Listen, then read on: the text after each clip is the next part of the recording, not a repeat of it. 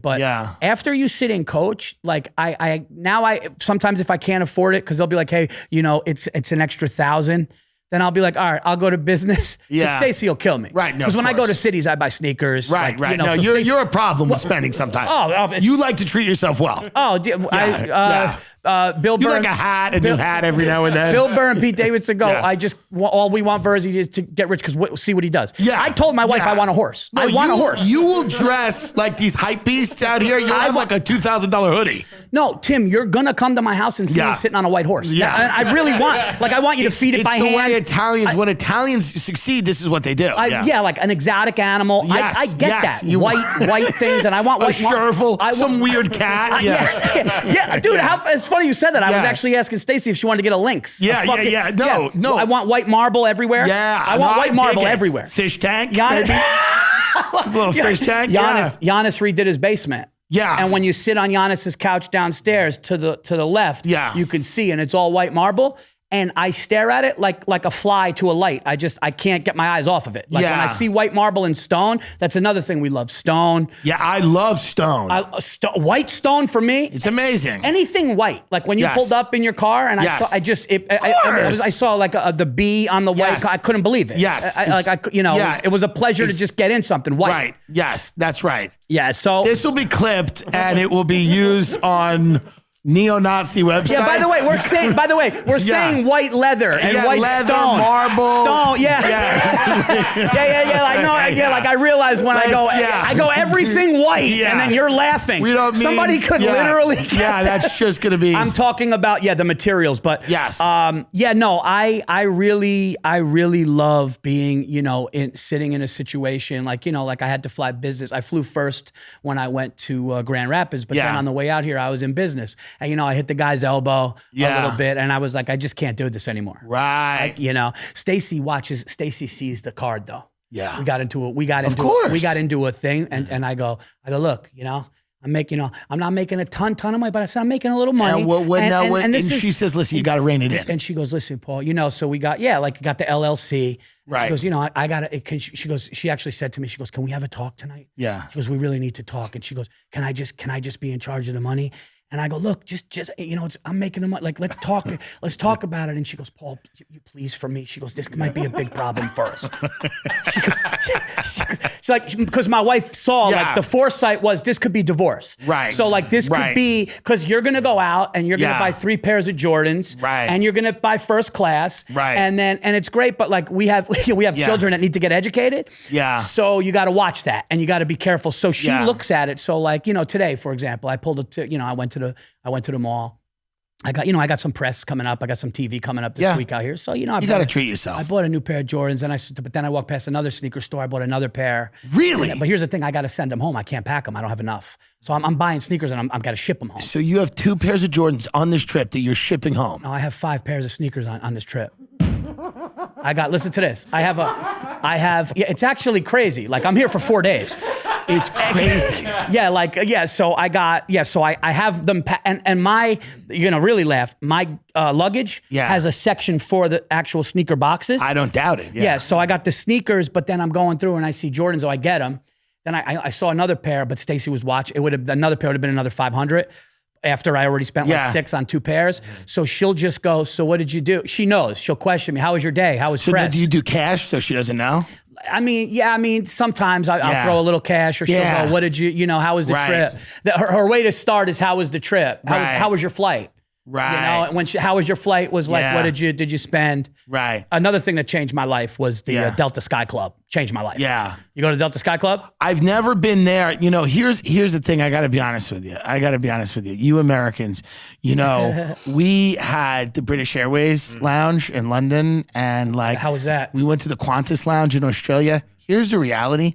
American lounges just don't compete. No, you know what? The food, I was a little disappointed in the food at Delta. They had like one little hot thing of chicken that was decent. No, dude, the Qantas lounge, that business lounge. It's great. It's the best. It was so good. And then the Virgin lounge too. And some of the best coffee I've ever had. Oh, dude, the coffee, the hot, cold dishes.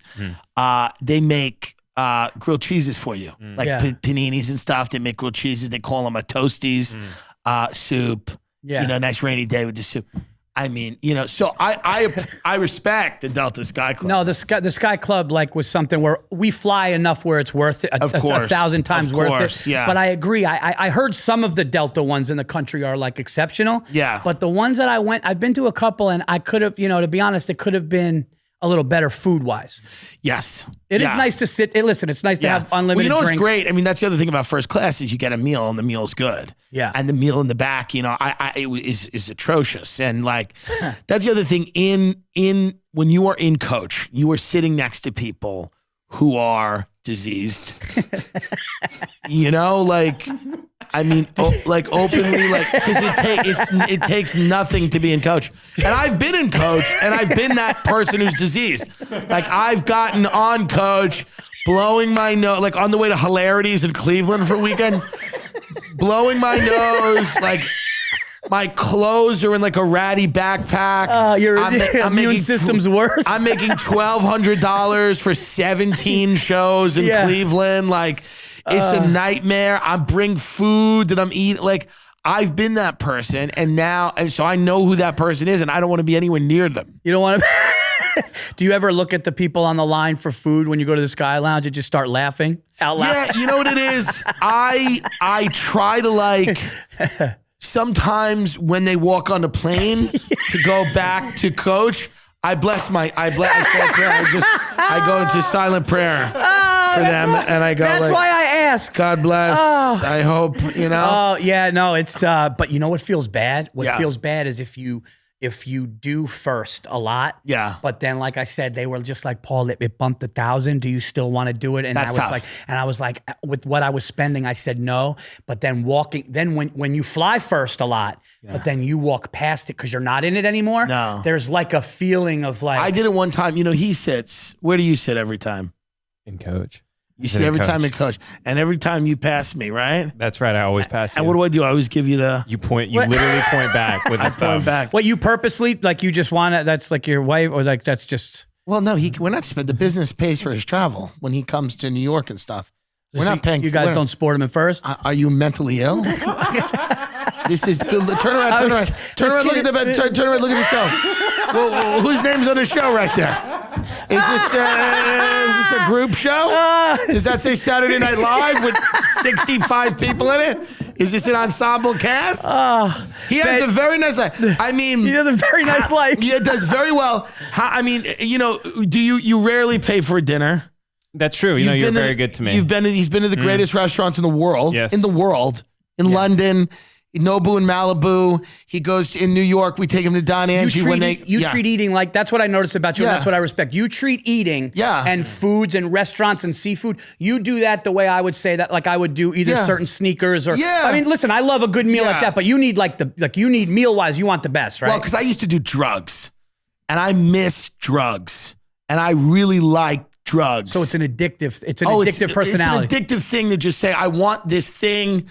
That's hard to get in, and I don't know that we'll be able to get it. And it just reminds me of drugs, because drugs was like, oh, can we get the 8-ball tonight? I want the good 8-ball. We want the pink rock, the one that's kind of, how do we get that? Well, we got to call him. We got to drive to fucking Bayside, whatever. And this, to me, I like to try to get into the best place because it's a challenge. So and whatever. So it's you'd want a seafood tower that Prince loved. Yeah. That was delicious and great. And that's your 8-ball back in the day. I want the last thing Michael Jackson ate. I want the last sushi piece of nigiri he had before he went into a propofol coma. Because what's life about? Who cares? Why, I'll be honest with you. I was on that shit, and that's the greatest. There's nothing better than propofol. When you come out of it, there's no mood better. Right. And if anyone listening right now, if you can get your hands on propofol, no. That's who's sponsoring our show, propofol.